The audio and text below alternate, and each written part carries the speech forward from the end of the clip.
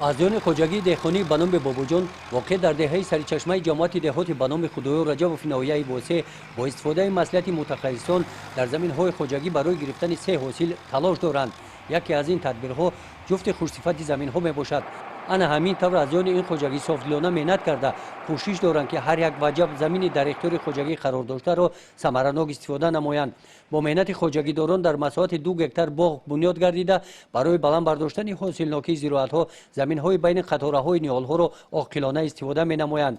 باغ مذکور 8 سال پیش بنیاد گردیده اینجا زیاده از 5000 نیال‌های میوه‌دهنده پرورش و نگاهبین کرده می‌شوند.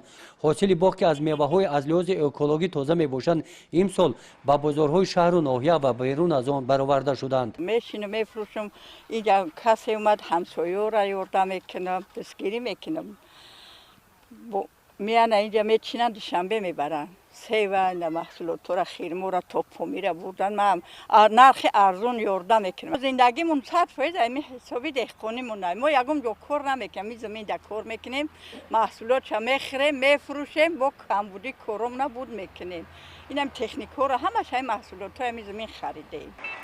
از درآمد حاصل باغ در خوجگی جایهای نوی کاری مهیا شده 5 نفر ساکنان محلی و جای کاری دائمی جلب گردیدند.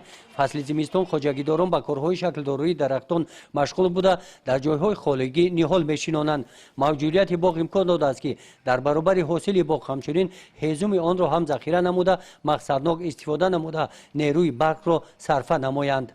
هیزمش همین با در کارش میفروشیم با کمبودی خدمت میکنیم با یاردم میکنیم یگون کمبغل دستگیری میکنم یگون آدم نداره یاردمش میکنم همین 8 سال شد همین باغ در کار کرده ایستم رنگ همین خیلی گلک تربیه میکنیم و هم تری مهنت میکنیم دهقانی میکنیم روزمونه میگذرونیم ما برکت یافتگیم همین زمین.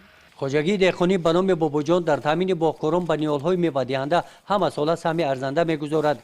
در مساحت 4 سوتیق زمین زیاده از 6000 نیال‌های چهارمغز توت و زردآلو پرورش یافته این سال هم به باغکاران و ساکنان ناحیه پیشنهاد می‌گرداند.